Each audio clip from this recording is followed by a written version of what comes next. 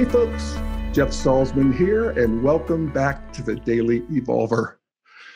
Today, I am joined by Jeremy Johnson, who I have to say, I think is one of the most exciting young integral thinkers and doers, philosophers out there working today. And I've known Jeremy virtually for several years, but we finally got to meet face-to-face in the last couple of days as he was in town actually till yesterday, heading up a conference at Naropa University here on Jean Gebser. And that's his sort of passion in the bigger integral landscape. And Jeremy, just by way of quick background, has a degree in sociology from Fordham, which is the Jesuit University in Manhattan, and an MA in consciousness studies from Goddard College. And we'll talk more about what he's up to later. But first, join me in welcoming Jeremy Johnson. Hey, Jeremy. Hey, Jeff. Thanks for having me. Yeah, my pleasure. So you just got back from the conference, and we want to talk about Jean Gebser, in context of integral theory. He's, by all accounts, one of the founders of integral philosophy and really a key player in the development. Was a 20th century, I think, born in 1905, died in 76. And 73, yeah. 73, okay.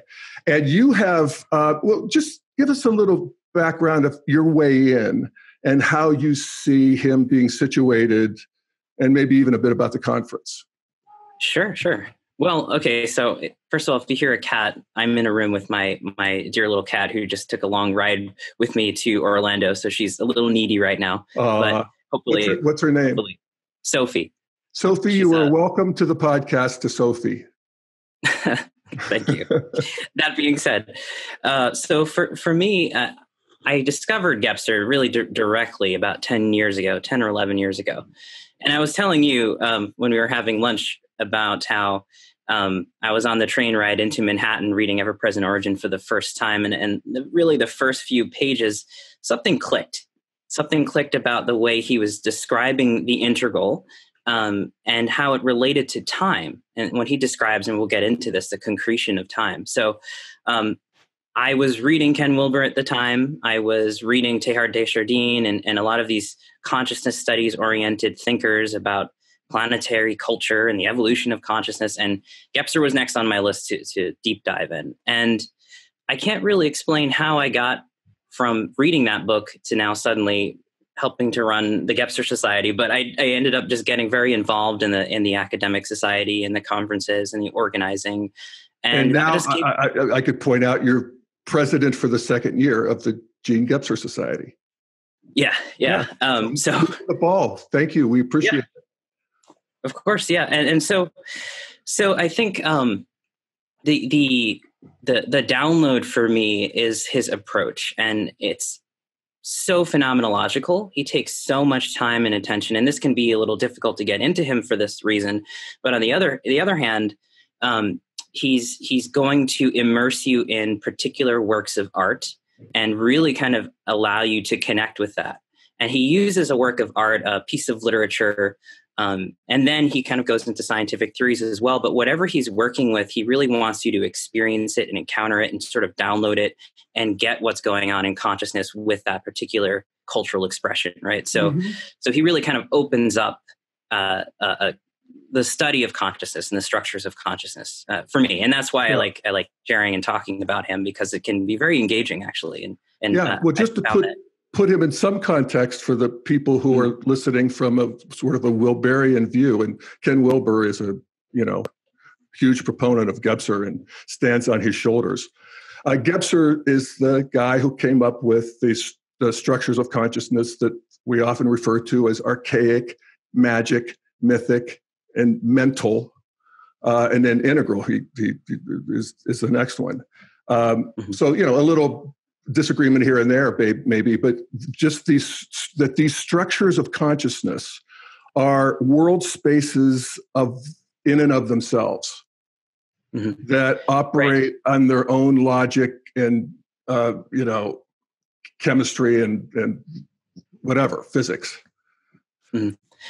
Yes. So for Gebser, maybe I can give a little bit of background. So like you mentioned, he was born in 1905 and he passed away in 1973. So really the counterculture was sort of still taking off. And in the 70s, we got to see a lot of that sort of hit the West and sort of North America with Esalen and CIS and then Wilbur himself in the late 70s. So he was right before that, I think, that wave that was really sort of taking on his insights. But even towards the end of his life, he started to really kind of reach young people, which I think is interesting. But he started off as a poet. He started off as following in the footsteps of Rilke. And if you've read Rilke, you know his poetry has a sort of presencing power. You know, there's a kind of a spirituality, a transparency to Rilke's work where you really feel deeply kind of already connected to it, right? Gebser felt the same way, and he thought that through poetry and through these kind of artistic movements in the early 20th century, especially poetry in the German language where he was situated, was mutating. There was something going on in culture. There was a new way of looking at the world and perceiving and experiencing the world. So it was sort of just an intuitive hunch for him in his younger years. And what he did is he kind of went on a sojourn through Europe, following the footsteps of Rilke. And maybe a little bit more context, he was living between World War I and World War II. There was a lot going on in Europe. There was a lot of crisis. There was a lot of breakdown of the old structures. There was the rise of fascism. So I think palpably for Gebser, he felt that something was going on in the world, in consciousness, to be having these sorts of outbreaks. To have that kind of mind and to be in the middle of that is just astonishing. Yeah. I mean, you taught me a lot about Gebser in the last couple of days. One of the things that was interesting regarding this is that he was actually an Austrian. He was born Hans, and then moved to Paris and became Jean. And that was, you know, a move away from the Nazi thing. Exactly. He actually had moved to Spain for a while, following Rilke's footsteps, because Rilke spent some time in Spain. But Gebser was very good with people. He was very good with languages, and he took to Spain naturally. He made a lot of friends and connections in the government, a lot of cultural projects, a lot of translation projects. And it was in Spain in the early 1930s, I think 32, 33, the winter, where he had this kind of what we would call like a peak experience or a mystical experience. And he described it as a lightning-like flash of inspiration. And this was, for him, this was the insight in the integral. And he would need to unpack that over the next 20 years or so of his life. And so he started writing about Rilke. He started kind of sensing like there's some kind of shift in consciousness going on here. He originally called it the aperspectival. And a few works he wrote Rilke in Spain, and then kind of moved on from Spain when fascism started to pop up there. He was friends with the likes of, Lorca, the poet Lorca. They were good buddies. Unfortunately, Lorca didn't make it out of Spain. He was actually killed at the border. And Gebser nearly didn't make it out of Spain either. He was stopped by the fascists at the border too. But because he was so well connected, he found a way through. So then he was in Paris, and then he changed his name to Jean at that point, because he's like, okay, I really want to distance myself from what's going on in my home country. And he hung out with the intelligentsia. No matter where he went, he was always kind of mingling with the poets and the artists. He befriended Picasso. He befriended scientists. He knew Sartre. So he knew the kind of the life intellectual pulse of the mid 20th, early 20th century. Yeah. And then he also shortly escaped Paris and France right before the border closed as well. And he escaped to Switzerland where he lived for the rest of his life. Like Jung, actually, Jung kind of escaped there, and so did Rudolf Steiner after World War I. So he made his way there, and it was there where he began this really deep sort of contemplative work, studying what he saw as an eruption of consciousness in Europe. But that for him sort of awakened this transparency. Like, okay, if this is happening now, then surely this has happened before. And there we go with the structures. He began to look, okay, let's look at the previous leaps or mutations.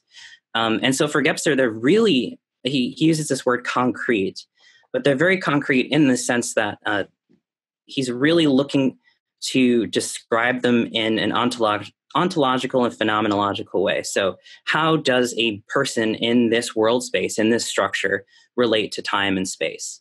What is the embodied experience of that? So as we know, the archaic, magic, mythic, and mental was the descriptions that he used. And maybe we can kind of go into that a little bit too, to sort of play with those time spaces. Walk us up. Yeah. So okay.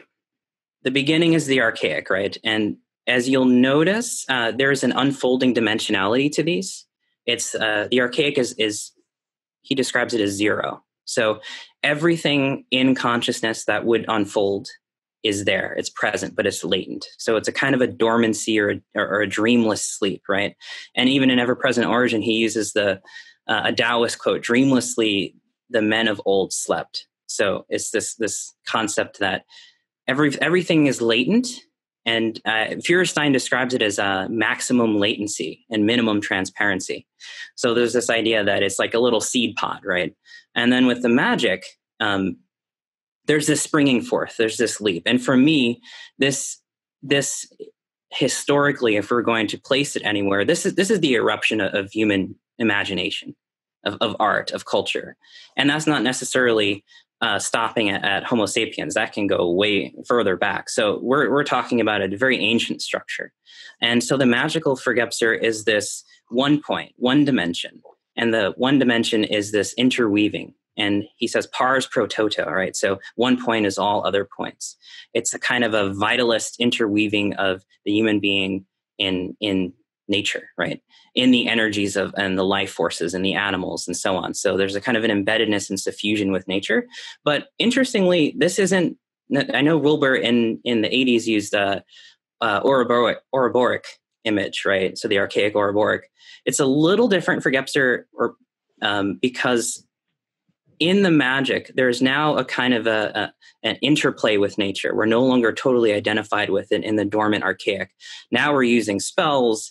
We're interacting to survive. We're working with nature as something other than ourselves. So it becomes Gebser says, importantly, humanity no longer is the world. We have the world. We have a world, right? Yeah. So there's this beginning to be this split. Yeah. And so the self is waking up, but the self isn't individuated. It's very kind of a collective group. And what I love in Ever-Present Origin, he uses the image, and this is where his style comes in, right? Because many people are familiar with the structures, but Gebser really gives you direct, concrete expressions of it. So he uses the image of the Venus of Brassempouy, and it's this little visage, a little face with big eyes and a little bit of hair, and it's just this tiny little piece of stone that somebody carved in I think the Paleolithic. And interestingly, it doesn't have a mouth. And so Gebser goes for a couple of pages sort of describing this mouthless motif in the magic. And he says, the magic is all about listening to nature. It's an acoustic structure, right? So there is a reverberation of the body and the nervous system, the sounds and chattering of different animals and the different language of animals, right? So there's a listening to, and there's being in this acoustic space. And if you think about it, acoustics are very kind of that magical structure. You're very interconnected. If you're in a closed chamber, in an auditorium, in a theater, you can have this sort of experience. And of course, in the Paleolithic cave, right, of Lascaux or Chauvet, where these kind of ancient Paleolithic rituals took place, in the firelight, you can imagine that kind of acoustic chamber. So it's a very kind of, you can kind of get this download a little bit, right? You start to feel the structure. You want to imagine it. You want to feel it. That's part of the integral project, is to realize that even though it's been repressed and suppressed by other worldviews that have come online, it is in the integral stage, we actually want to reaccess this and have it be real for us. So I love that. And it has to be poetic. It has to be something that's not just mental. So that we can actually feel it. And the acoustic is so it's very delicious. I appreciate it. Yeah, McLuhan, another guy, I don't know if folks are familiar with Marshall McLuhan or have studied his work. They probably know the medium is the message or the medium is the massage, but he talks about the similar thing about pre-literate cultures being very acoustic. It's all about body posture, movement, dynamics, being a dramatic expression of your story, right? And so, acoustics become really important in the unperspective or The world. mind stuff isn't there in the same way. No.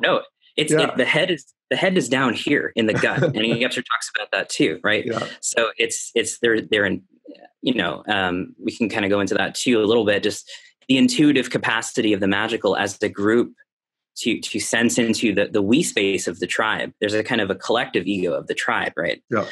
It hasn't really centered and interiorized in an individual ego quite yet. So there's a participation. But like I said, it's not a total identification. So that's really the magical. Right.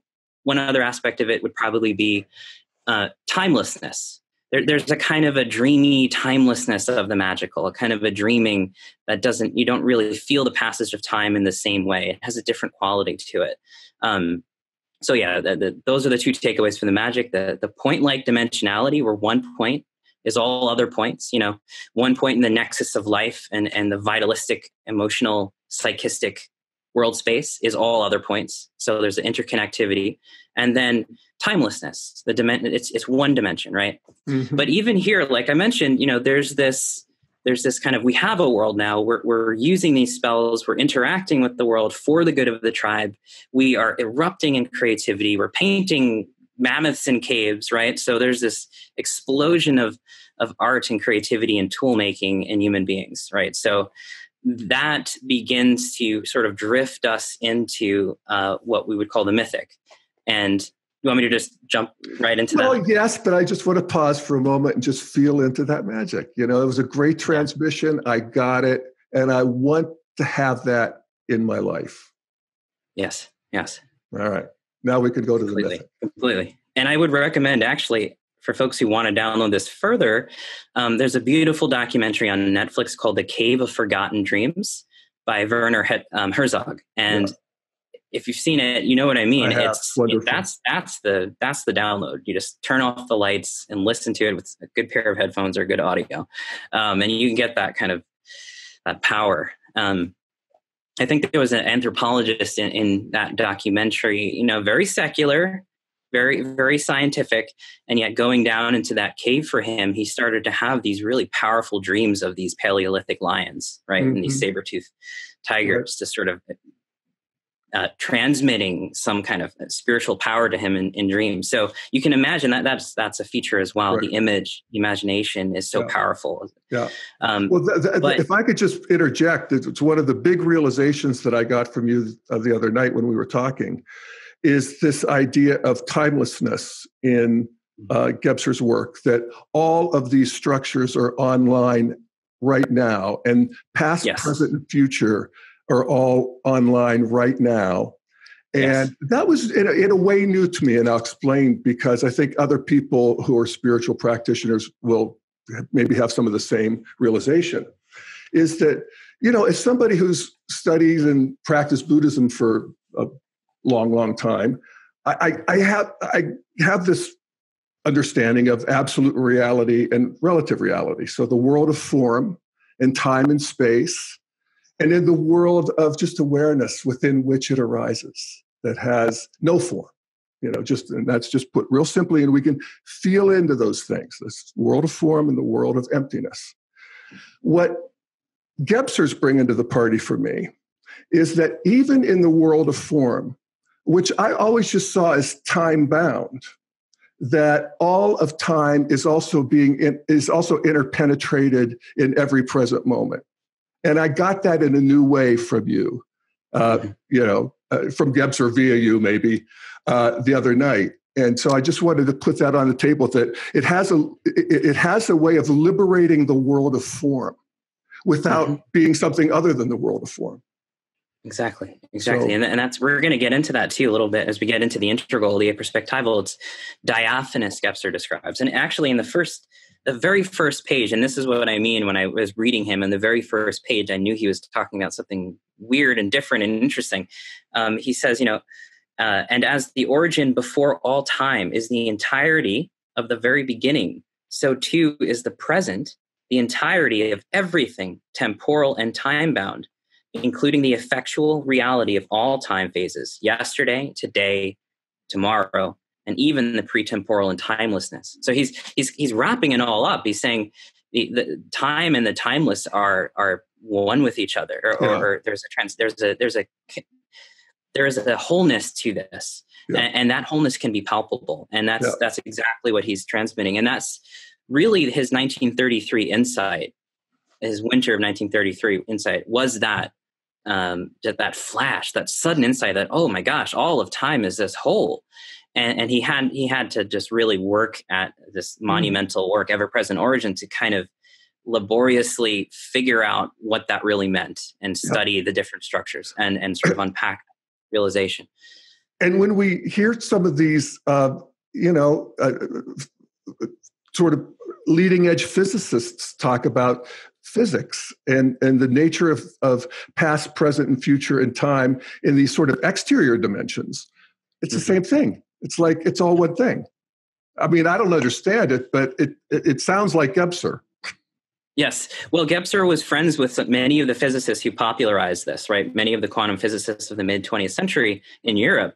He was hanging out with those guys, and he was telling him about his insights, and they were going, well, that sounds a lot like what we're saying about quantum reality, Okay. So Gebser, I know I'm mentioning the art is his primary, right? But he really wanted to corroborate between the arts and the sciences, which is also kind of that integral impulse, right? To bring those two together and sort of to see, and as we're going to get into the mental and the perspectival age, you see both the arts and the scientists start to articulate this new worldview, this new ontological reality, right? It's a new world space we're breaking into. And very often it's usually the artists who do it first, but at the same time, the scientists come online too. And science doesn't just have to be mental or perspectival. It could be this other really fun integral science. But so I guess we should go to the mythical. So we laid down the archaic and the magic, and now we're moving to the mythical. Yes. And I should also mention that these structures, the way they unfold, right? There's an unfoldment, as I'm saying, about dimensionality from 0 to 1. The mythical is going to be 2-dimensional. He describes them as mutations. And by that, he means they are discontinuous leaps. And on one hand, they are sequential, going from 0 to 1 to 2. But on the other hand, the 2-dimensional world, as we're about to go into, is its own reality too. So there's a discontinuity and non-linearity to it, as much as there is an unfoldment and immersion. So he's kind of asking you to hold both in your mind, and that for him is the whole idea behind the aperspectival or the temporal dimension. Time transcends, or time removes the problem of either transcending or going above, below, beneath. Those are all spatial descriptions. Time is this; it's something else, and that's we're going to get into that. We're going to lead into that. But the mythical, very good. Yes, all of these structures leap from that origin that we're describing. The ever-present origin. Mm-hmm. I mean, it's a little bit like Up from Eden for me. It's like the title itself is 52% of the realization. The ever-present origin. Yeah. Mm-hmm. So origin is ever-present, and these structures are creative ontological world spaces that spring forth out of latency, and they're all present. And so even as we're describing the archaic and the magic and the mythic, the mental is latent. The integral is latent, And then as you move on, those older structures, they don't necessarily neatly fold or transcend and include for Gebser, but they're still there. They're still there because you require that sort of from the mythical into the mental, for instance. But okay, all that being said, we move into the mythical. And so for me, like Gebser is writing this, mid-20th century, a lot of his data is probably needs a little bit of updating. Not necessarily his work and his exegesis on particular works of art, but we can actually kind of push back the mythical way, way, way back to probably the middle Paleolithic, because a lot of pre-civilizational structures like Göbekli Tepe, for instance, or lower Neolithic like Stonehenge, those are all astrological things. And so for the mythical, the dimension of time begins to open up and sort of intensify a little bit further. It's time as season, as cycle. diurnal. So, night and day, summer and winter, the seen and the unseen, right? The visible and the invisible world, the world of the spirits. The realm of the soul opens up for Gebser in the mythical, and the time is this rhythmicity, the kind of rhythmicity of the circadian rhythm, like I'm saying, of the seasons, of the stars, and the movement of the stars, which have that pattern every year. So there's this intensification of consciousness, this realization of time and the soul that emerges now in the mythical. The soul is no longer dormant like it sort of was in the magical, we might argue. So with the mythical, probably another great example for this one, I was describing to you the prince in Crete, in Knossos, Crete. It's a wall fresco in this ancient structure from, I think, probably 2,500 years ago. Don't have the exact numbers on me offhand, but it's a fresco. So this is a motif. And what Gebser is great at is he always points out that you should always look at the motifs of a culture. Don't take them for granted. The garnishing actually has something to say, in terms of what consciousness is doing. And so in this image of this prince, who I'll describe the image for listeners, it's this prince he's wearing a crown of feathers.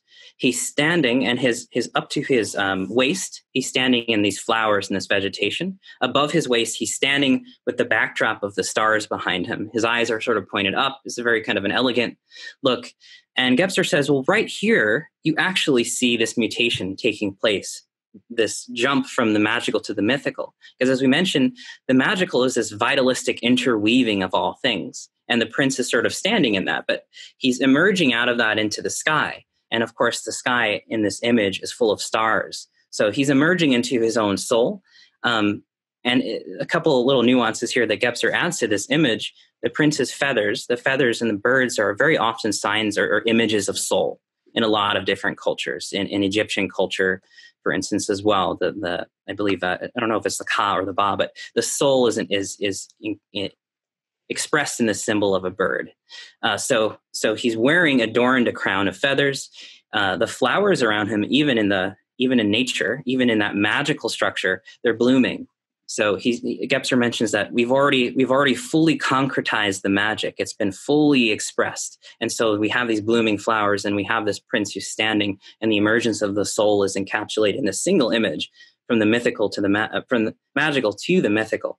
And of course, you see this motif in many different classical and ancient civilizations, the diurnal quality of the underworld and Olympus, right? Hades and Olympus, the sky world and indigenous cultures, and then sort of the underworld. And then sometimes there's a middle world, but there's this kind of mandalic image of the cosmos. That's sort of a cyclical rhythmic sort of spinning and of archetypes, and an eternal recurrence. So the gods are always at play, but and what happens in a particular year may be different, but the archetype, the sort of the theme, the quality of time is in accordance to these celestial dimensions. And you can see this in sort of all ancient civilizations, like the Egyptian pyramids, the Aztecs, the Maya. They had this fantastic knowledge of the stars. And so for Gebser, this is a knowledge of the soul kind of coming online. Mm-hmm. And the self is beginning to coalesce, because with the soul, we start to see the self. So he describes like the myth of Narcissus, right? It's the guy who stares at the pond. He stares at himself. Water is another symbol of the soul, right? So he's kind of falling into his own interiority, so it's a kind of an expression of that. And then a lot of the myths, of course, in ancient Greece are stories of these heroes who are going off into the sea to conquer serpents and monsters and beasts. So there's this kind of interactivity with the ocean, the oceanic qualities of the soul as well. And so you can go on actually about the mythic, because there's just so much, and we have so much data about it. Yeah. When I think about, how would I access that now, or what does that have for me now? That last part really gets me, as the heroes thing, that I'm on a hero's journey. That's it. Everything that happens to me is happening to me for a reason. That every person I talk to has something to tell me. That it's not about getting it right as much as it is about just turning and facing what's in front of you. Yep. And that kind of thing is, pretty inspiring. And there's plenty of work about the soul too, like Jung, and if you're drawn to Jung's work, Carl Jung, if you're drawn to James Hillman's work, any kind of work about the archetypes, the soul, the psyche, the play of the different personas in our own psyche as they act out in our lives, like that's the mythic. Right. That's the mythic. And Gebser's saying that is its own world space. It's got its own physics, and it's got its own thing. And it's a palpable reality, Yes. And so, if all you have to do is look at most of the ancient cultures and kind of get a sense of their understanding of wisdom and their religiosity and their cosmology. This comes down to cosmology in many cases of the sort of passing of the astrological season and what each season means in this sort of beautiful archetypal cosmic drama, Right. And in that drama is not only looking out at the stars, but also realizing in the sort of as above, so below. Another polarity of the mythical is the cosmos as this macrocosmic play, and then the microcosmic play, as above, so below. So the individual is a mirror for this whole thing going on in reality. And so, myth and ritual recapitulates that in the individual's life. And so that's the drop of the myth. Now you're scaring me. No, it's great. It's big. I know I'm a microcosm of the cosmos, but oh my God. All right, that's so cool. The power of the self, right? Yeah, it's totally coming online. Yeah, exactly. And it's it's like I was talking about in a previous podcast. I often think of uranium and how much explosive power it has, and it's just a little disc of metal. And just how much power there is in all of these things that we encounter in our psyche, if we really want to metabolize them.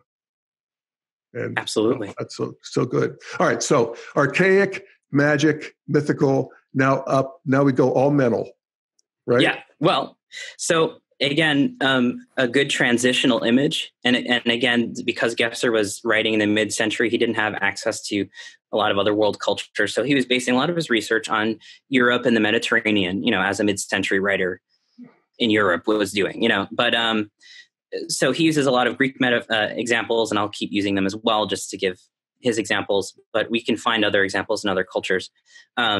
But for the mythic into the mental, and the sort of the late mythic period, you already mentioned the hero's journey. Now, the hero is the emergence of the ego, right? And so I think precipitating the mental, we have this coalescing of the ego, the waking mind that's in what would you call it? Who lives and dies, right? Who is mortal, who has a relation to soul, but is still aware that they are a mortal being, right? And so you have this sort of rise in a lot of ancient cultures. Let's say the myth of Gilgamesh and Enkidu, right? So they go off to fight the gods and goddesses, especially the old nature goddesses, which is a kind of a attacking of the magical, right? They go off to fight them and then find the elixir of immortality. And they don't get it. So what comes in the precipitating the mental is a sort of tragic agony of living and dying, sort of the suffering of being in time, right? And you see this as well in sort of the axial age religions, a sort of awareness of suffering, right? The great golden rule. And the Buddha is the first noble truth is that there is suffering, right? So there's this awareness of the self in space, in time, linear time, as a being that will fade away. And that's kind of difficult. It's an enduring thing. It's something we have to bear as mortal beings. And so that's a very heavy thing that starts to come online, that awareness, that consciousness. But also probably the best image for the mental is the myth of Athena breaking from the forehead of Zeus. So that's how the goddess Athena is born. And she comes out fully armored with I think a sword and the armor and the shield, and she's ready to go. She's ready to fight. And that's very mental. And mental, the word, and Gebser, this is another thing Gebser's great at. He loves language. So he will pick apart a word for you and help you realize how potent it is with the structures. And you can actually follow a word and trace it back to its etymological roots and get to the kind of the magical and archaic structures of that word. So anyway, he uses the word mental, and he traces it to mens or menis, menis, and that means wrath. So think of the paintings of Zeus, or even the Old Testament God, right? With the furrowed brow, with the eyes that are looking forward on the battlefield, right? So there's a kind of a conquest. The heroes are going forth to conquer these forces of the soul for the ego. In the birth of Athena, it's an unnatural birth, right? It's coming through the head of a male god. And it's also a kind of a wounding. So she breaks forth. And Athena, if you remember the Greek details here, she can see at night. She has owl eyes. So there is this idea that with the mental coming online, there's now an awareness of the dark. There's a distancing, a differentiation from the realm of the soul, the nighttime, the celestial realms, the realm of the unconscious. There's the daylight mind. There's the waking mind that is awake at night. And so Athena is the owl-eyed deity. And then, of course, with her as well comes Athens, where the Greeks began philosophy, right?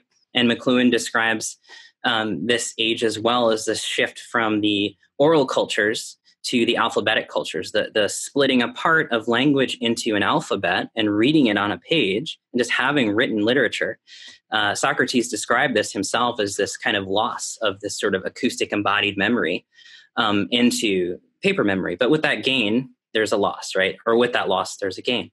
So the mental comes online for Gebser sort of in this Greek period, and it begins to sort of show itself in the subsequent civilizations. But as we should probably describe, the mutations aren't always very neat.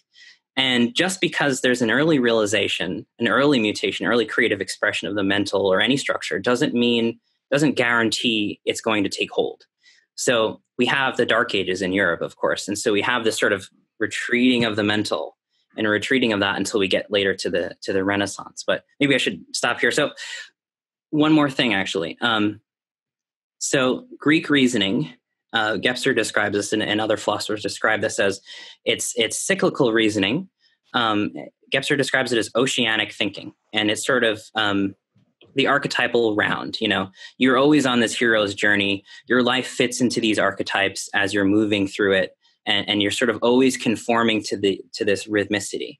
But in the mental, time begins to break forward into linear time, just like Athena, who's springing forth, just like Menes, the kind of gazing forward on the battlefield on the spatial plane.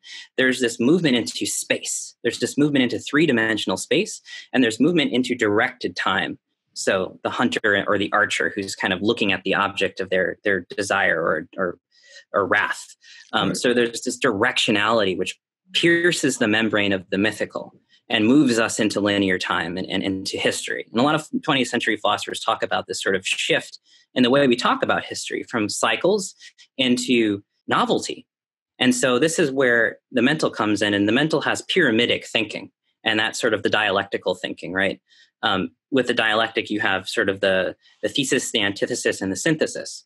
For Gebser, he described it as pyramidic because he really wanted to get that image of the triangle, which he's going to use as we get into the Renaissance period.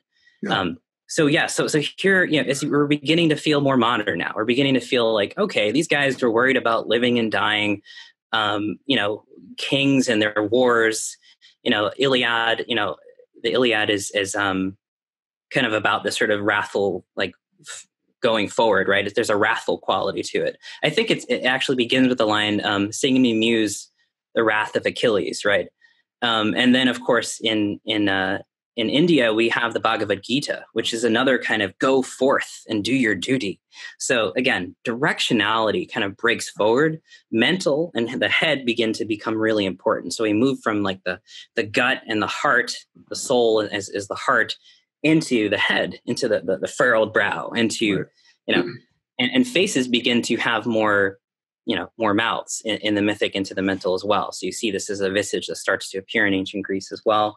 And we start to see in ancient Rome the emergence of portraits of everyday people, no longer just gods or kings, but everyday people. And this is radically different. This is radically new. So there's this coalescing of the awareness, not of the archetype of the ego as a god, but as individual person, as anybody on the street, a person who gets there, I think in Hellenistic Egypt, they would have these little frescoes of the dead, like this is who this person was. So there's this emerging individuation process that's also kind of happening as we move into the mental and we move into linear time and history.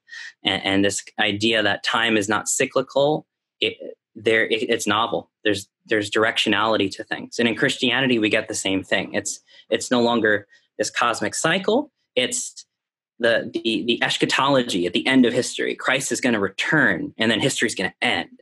So direction. Right. Sorry to talk your ear off there. Well, it's great stuff and well said.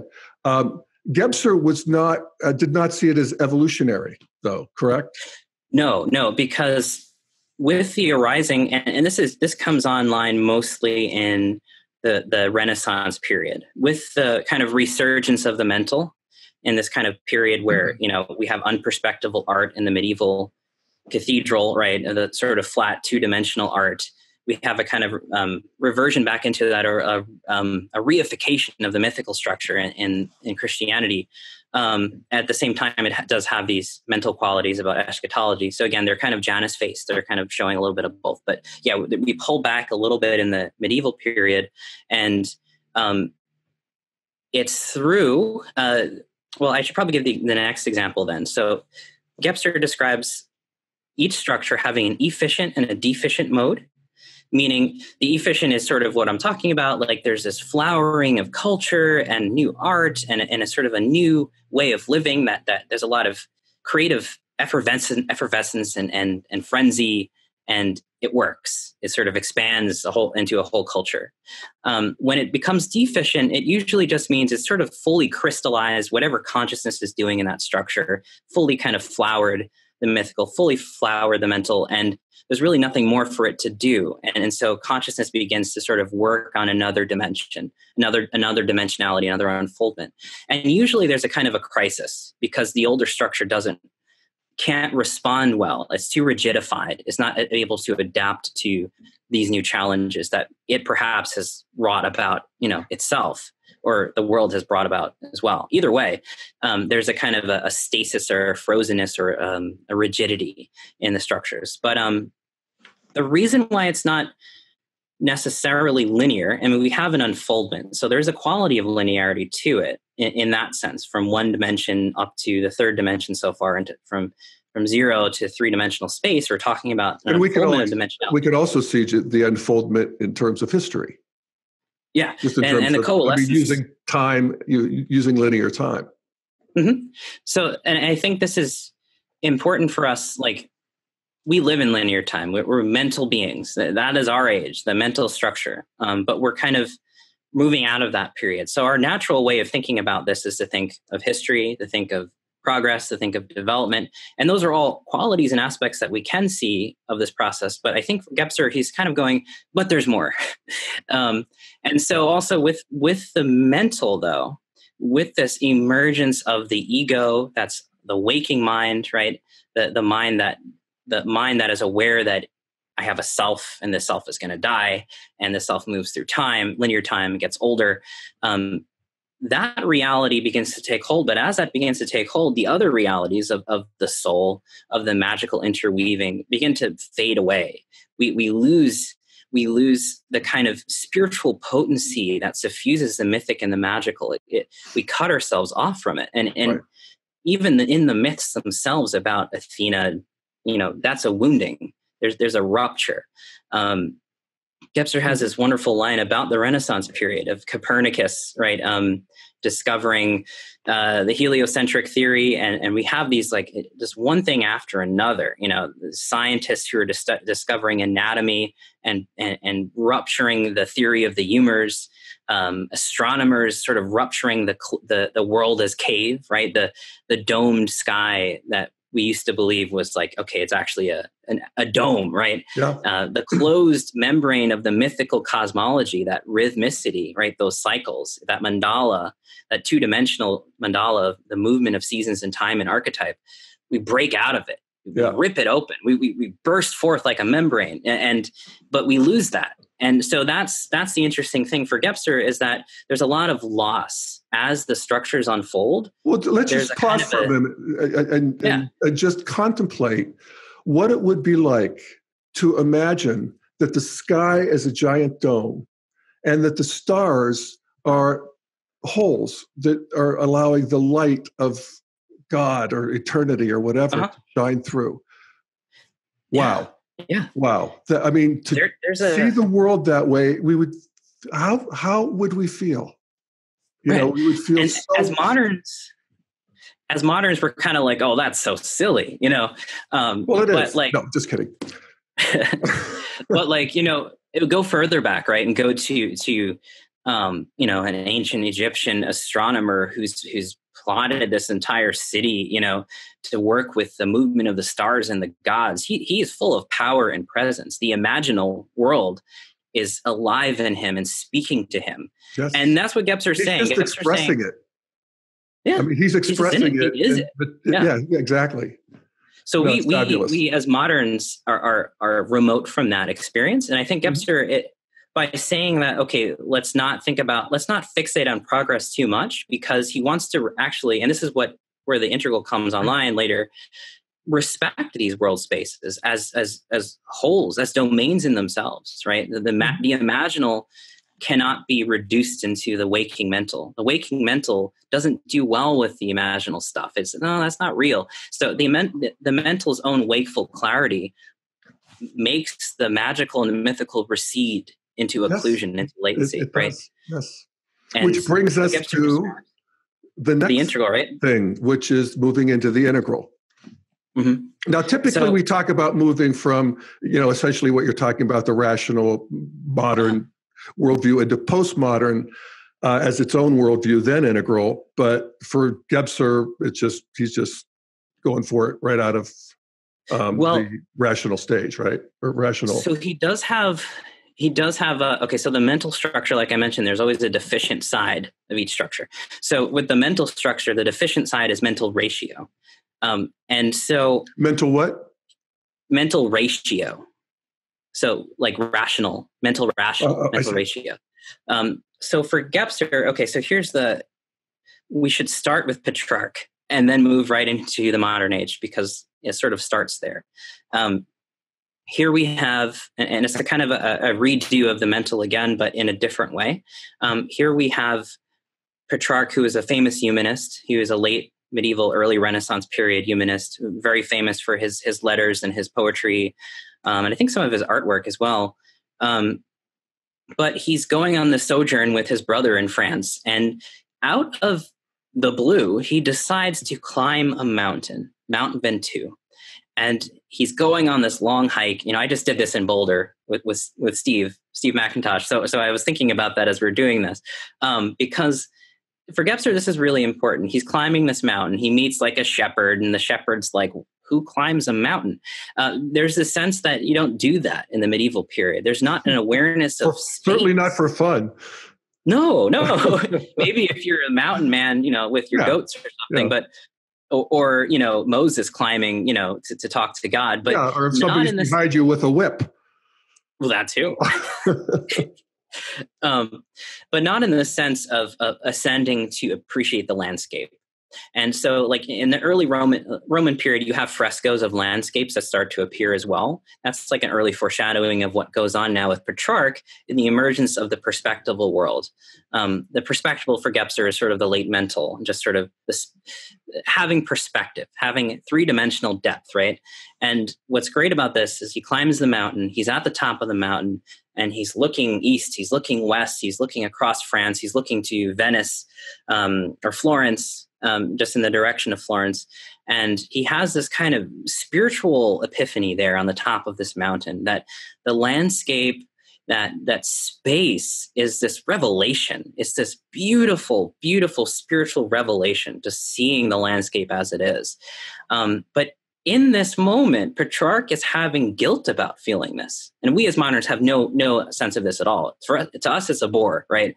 Oh, let's go to the Renaissance wing and look at the landscape paintings. Oh, isn't that nice? Like, no, for him, he has this sort of um, breakthrough in his soul. He's interiorizing space into his soul, or perhaps he's exteriorizing space from his soul, right? There's this kind of, oh my gosh, the land is beautiful, and I want to depict this. I want to write about this. But he also feels guilty, and so he opens up St. Augustine, and he reads, a passage about a man standing on the mountain, actually, and he has this kind of synchronistic event. I open to a random page and I'm reading about this mountain. And he writes a letter to his mentor, who was, I think, a bishop in Florence. And he's saying, I feel so guilty about this. I need to kind of come out and say that I fell in love with the land. I feel guilty because, as St. Augustine says, you should only be contemplating your own soul. Only the soul is worthy of contemplation, not matter, not space. So you see in Petrarch this crystallization of space, right, of perspective. And then with all of these different Renaissance artists in Florence, you can kind of see this move from flat two-dimensionality to three-dimensionality. You see, they'll start to add rooms in the back of a painting with angels, right, and there'll be depth to the painting. But Gebser goes through this process of describing all of these particular works of art, and he kind of culminates with a few treatises, they're manifestos on how to draw perspective. And with that, Gebser says, the mental world crystallizes. Man is the measure of all things. If you think about perspective, remember what he said about pyramidic thinking. It's that cone of perspective, right? Where the eye looks into a spatial plane, and what he sees is real. What he can see, he can measure. And so the eye becomes really important in the late mental. Copernicus was a lens crafter. Galileo is working with lenses. So the eye becomes really important. And what the eye sees is that cone. But with that seeing, this is where the old unperspectival world, the world of the magic and the mythic, starts to shut down, and we start to really become remote from that. The self and the ego starts to coalesce and kind of rigidify, and we lose that sense of interiority in the soul until probably Jung, right, or Freud, when they starts to kind of erupt again. So there's this kind of a loss, and Gebser describes this as you move through the structures. There is a remoteness from origin. So he says we can never speak of progress, the so-called progress, because progress in this sense is a moving away from origin, because the earlier structures have a kind of proximity to it, a kind of a spiritual proximity to it because of their sort of dreaming world spaces that they live in.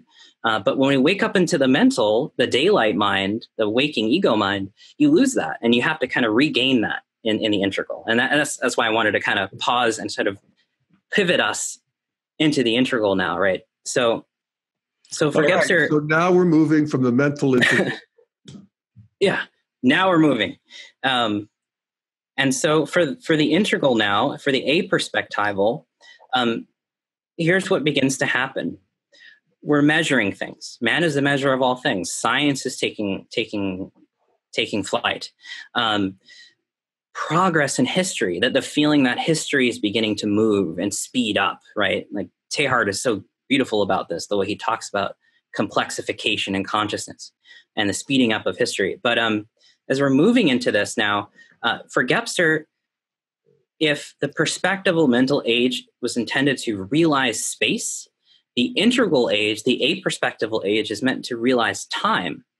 And what we were saying before, right? Okay, the world of time and the world of the timeless, that isn't what Gebser's talking about with time. So for Gebser, as we're saying, time's true nature or its true transmission is time freedom. And that doesn't mean escaping time. It means a transparency of all things that are happening in time and space and all things that are timeless. There's a unity and a wholeness to that, which means the linearity of the mental, which is important, it's a dimension, but it's only one. So past, present, and future are a whole. And so for Gebser, the integral person begins to realize that the future is as present as the past. And in the way that, I think I mentioned this to you when we were talking in person, that, in the magical and in the mythical, perhaps the ancestors are present for people, for traditional cultures, in a palpable way, in a way that the mental doesn't really understand. For the integral, that can come back online. And actually, this is some of the dangers with the integral. Like there's the resurgence of the old structures start to kind of come online as we're trying to integrate. But the future also begins to speak to us, right? So the future begins to inform us in presence. And so for Gebser, he starts to look at, and you can see this in artistic movements, right? Impressionism and surrealism and Dada, and this exploration with the irrational, right? Rather than the rational. There's this move away. Yes, Cubism is another great one. There's a move away, and objects begin to be luminous or shine with this kind of spiritual potency. Or the psyche, for instance, is another resurgence. So surrealism is very, very much a kind of an art of the unconscious, this eruption from the depths. Mm-hmm. Jung and Freud are talking about. So time in all of its qualities, in the magic and the mythic and the unconscious, starts to come online. But for Gebser, time as a wholeness, that's what we really need to lean into. And so he uses the image of Picasso. Here's another image that we can concretize this with. A lot of Picasso's artwork, again, it's just a motif we're so used to at this point in art history, right? But for Gebser, and he knew Picasso, he was friends with him, and they had these long discussions about his art, and he got to see it in person, and I think it really had an impact on him. Time is present in Picasso, the face that's looking at you and looking away, the face of the person, the visage of the person, again, not a mouthless visage, but a multi-dimensional visage, which presentiates time. Time is radiating from Picasso's painting as a whole, a time being, as Dogen says, that I've done some work with about Dogen in this. But so time begins to be present. And so for Gebser, it's a move away from time as a linear or mental abstraction, which is important, to presence. And I know this is the part where we synced up, because very often we think of the present as the now, and more like the magical structure, right? Like just now, that's all. There's just the now. Right. But for Gebser, no, the now is actually the presence. And if you are truly present here, all of time is present with you. All that you were and all that you will become is latent and present. Yeah, and so that's the seeing through. That's the seeing through of the world. And I think that's what helped him intuitively in 1933. Like he had this kind of presentiation of time. And then he went, okay, like, well, then the structures are going to start bubbling up in that. You're going to start to see there's these other worlds in us. The magic, the mythic, and the mental are all present. And the integral is present. And so for the integral person then, or the early integral person, which is all of us, it becomes a matter of sort of leaning into that presence of the future and working with it to realize it, in a very conscious way. And I think, you can see space kind of possessing humanity, like the Renaissance artists are possessed and inspired to create perspectival art, and it's a lifetime achievement for many of these guys. They work on it their whole lives. I think in the integral, it's a similar thing. Time is possessing us, but there's a little bit more of a consciousness of it. And so for Gebser, the whole chaos of the 20th century is what you would see if the mental, the perspectival world is trying to achieve this realization of time.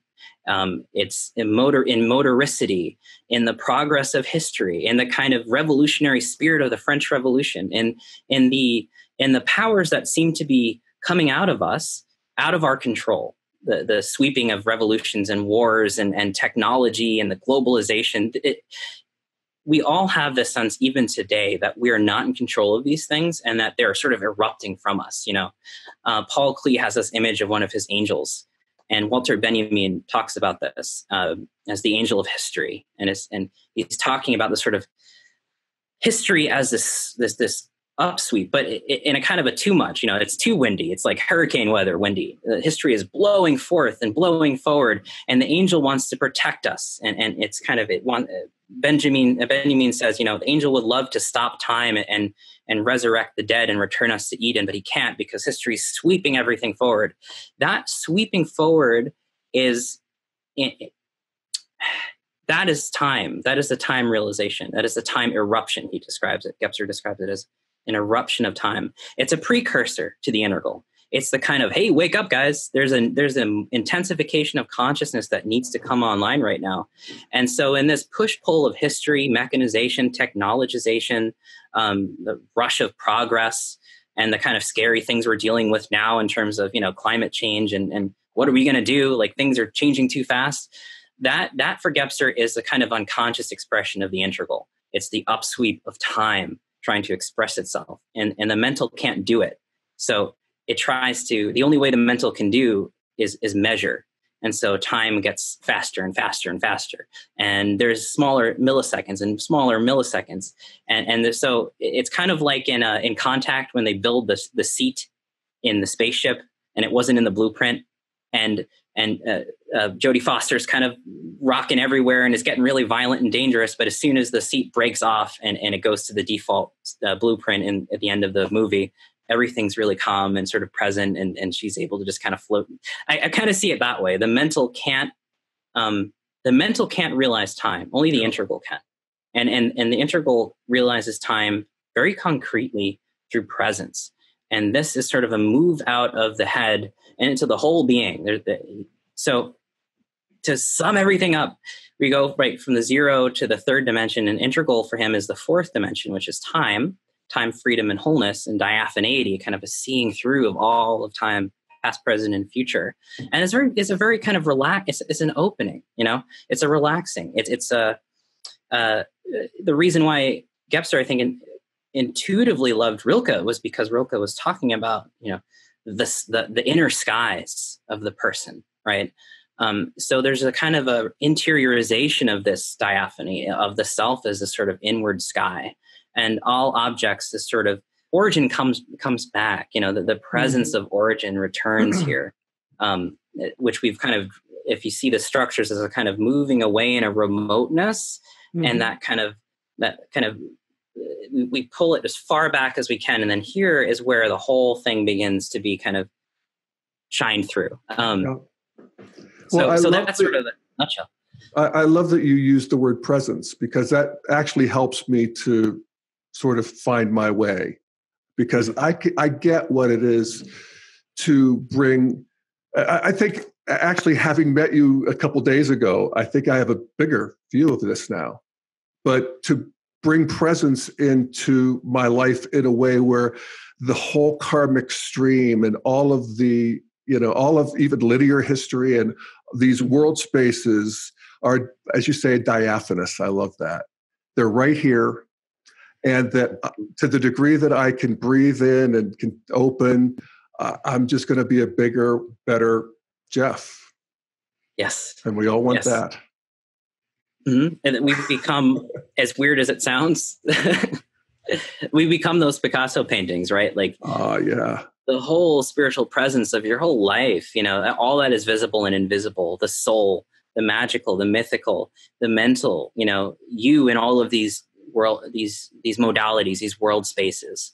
And then, of course, it doesn't end at the integral necessarily. Aurobindo was on Gebser's mind in his later works, and actually in the second edition to Ever-Present Origin, he discovered Aurobindo and Teilhard, and he wrote about them, and he said, these guys are talking about the same thing in different ways. And in many ways, he looked to Aurobindo for like, okay, and once the spiritual integral person is present, maybe we should look at Aurobindo for like what happens so-called next. What is that latency? What is that future that's speaking?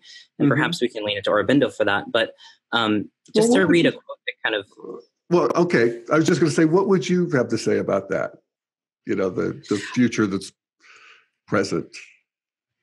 Oh, well, I mean, you and I talked about that as well. And I think,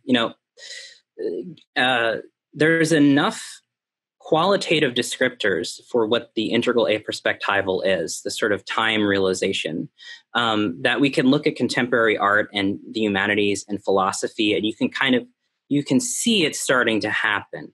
You can kind of see that like a move away from strict secularity, even if it's sort of halfway accommodations. Everything's softening. Everything is becoming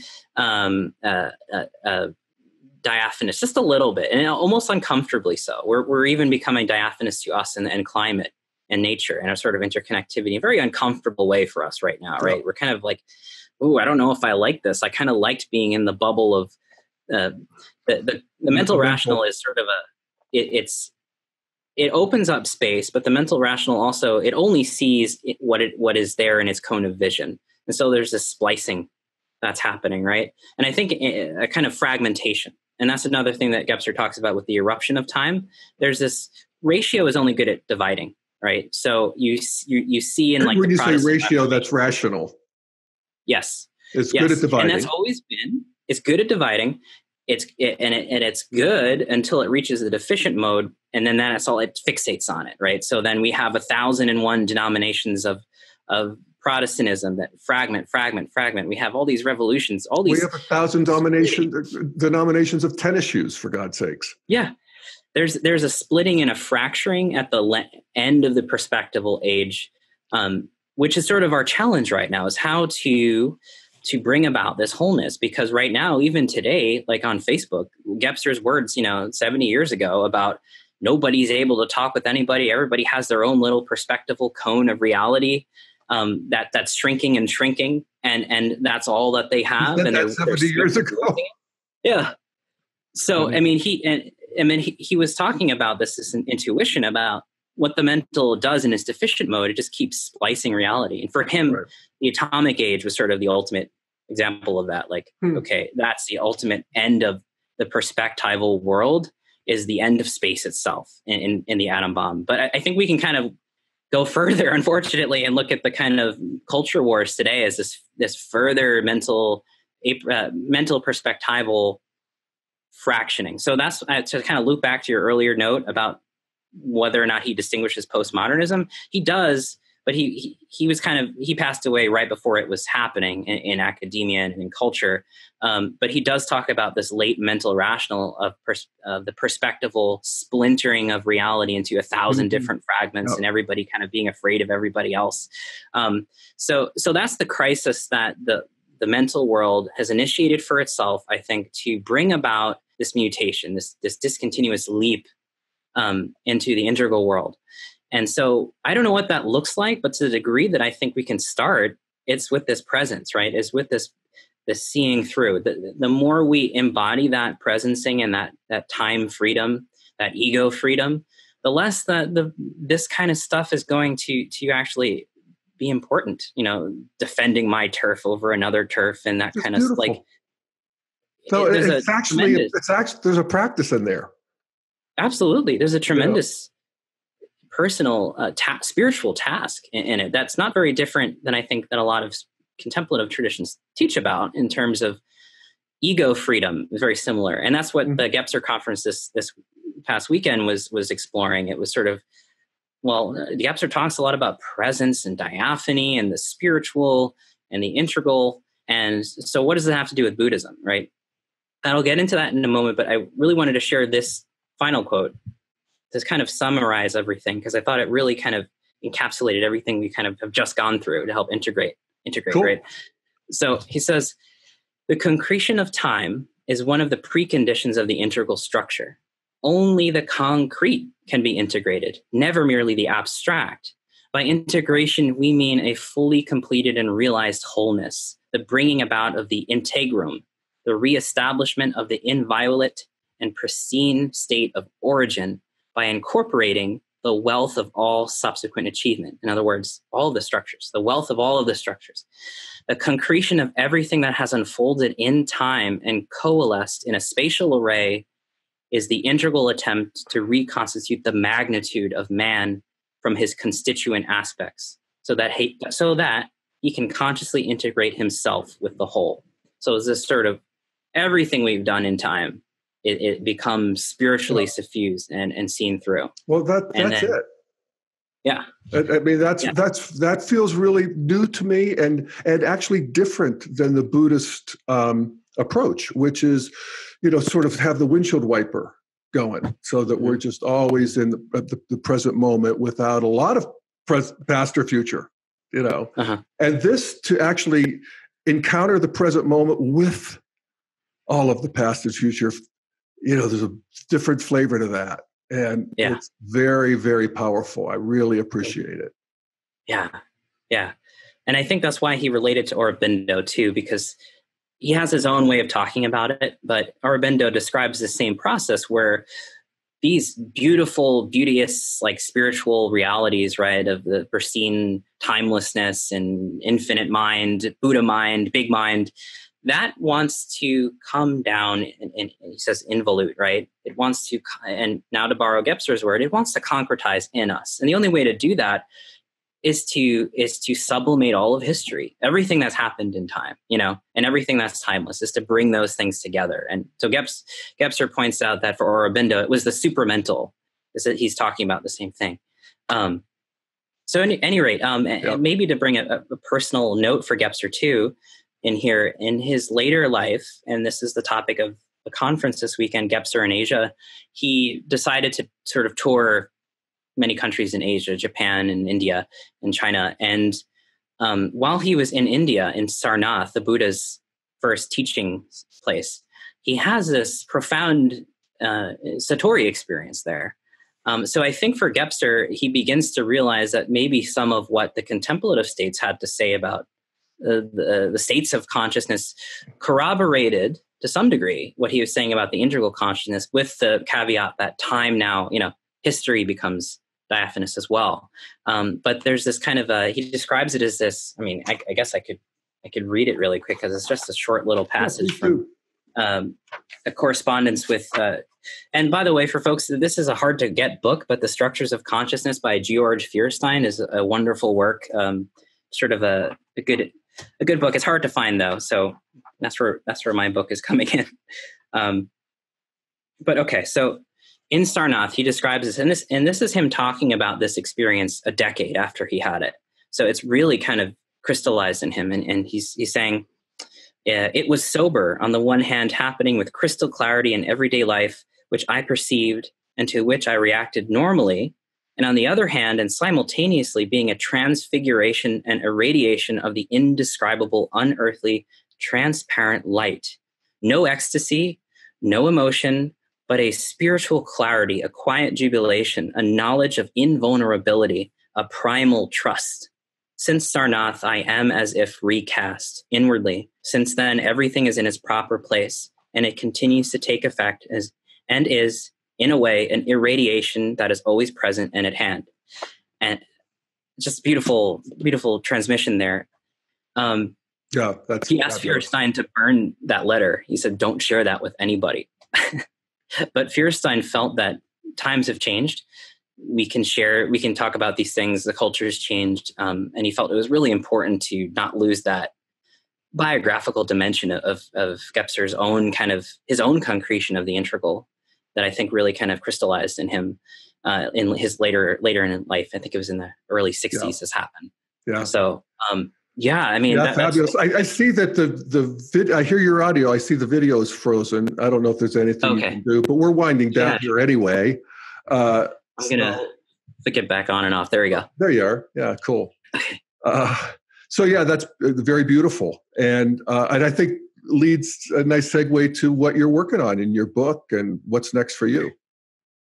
So I'm working on a very short book. It's going to be about 100 pages or so. It's called Seeing Through the World. It's nearly finished. It should be available for pre-order, I'm thinking, by the end of the month through Revelor Press. It's a press that I'm associated with and I work with. And I can leave you the link for that. It's revelor.press, Seeing Through the World. And it's essentially what you just got in this video. It's looking at the structures. It's giving people a kind of an introduction to Gebser's work and the structures of consciousness and how he approaches them, and giving them examples to kind of play with and work with. And then there's a few extra tidbits in there. We think of it as kind of like a sandwich, right? So you got the meat, you got the full body, whatever is in the center, which is these essays, and then you've got some extra stuff about moving integral scholarship forward in terms of, let's take a Gebserian approach to think about these things that we've been talking about. And so if we're not using just the mental, how do we really embody this time realization as a scholar, as a thinker? How did Gebser do it? How can we continue to do that? What can we learn from until now. And then also for future writing, and this is sort of a longer project, it's really wanting to continue that work, to kind of pick that up and look at what's going on right now in culture, in media, in art, in digital music, and sort of continuing that sort of phenomenological approach to the structures and kind of going, what's the play of consciousness going on right now? And how can I would love to have that conversation as well. Yeah, for sure. Look at current culture. Yes. But wow, that's beautiful. The name of the book again is Seeing Through the World.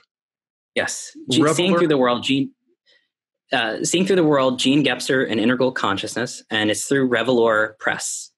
And you can just go to Revelor Press and go to publications, get on our mailing list because we're going to announce it as soon as it's ready to go out. And I'm very much looking forward to being able to share that and help people experience a different transmission of the integral that I think is very complementary to integral theory and anybody who wants to study, the evolution of consciousness and have feel good, feel hope, feel that primal trust, Absolutely. Oh, so, I love that. No, fantastic. And a beautiful transmission. I feel enriched by it, Jeremy. I do. And I appreciate it. Wonderful. Appreciate you and appreciate the work you're doing. And if people want to find out more about you, they go to, you have a Patreon page or? Yes, I do. I'll leave a link to that. I think it's just patreon.com/Jeremy Johnson, maybe Jeremy D. Johnson, one of those. You'll have the link. Yeah, we do. I do a little book club right now. We've been reading over the summer Teilhard de Chardin's The Phenomenon of Man. It's been really fun. We're probably going to read some Gebser. We're probably going to read integral literature and scholarship, maybe a few science fiction books, and just sort of think about the play of consciousness as we go forward. But folks are welcome to join me for that. I do Zoom sessions every Sunday with a good group of people, and we have a lot of fun. So they're welcome to join there too. Yeah. Yay. Mm-hmm. All right. Well, thank you so much, Jeremy. A really great meeting you, having you here, and seeing you again on the internet machine. So yes. Keep up the great work. Thanks for having me on. Yes, and thank you everybody for listening. And we'll check back with Jeremy soon and look at the culture. Great. Thanks, everybody. Thanks, folks. Bye.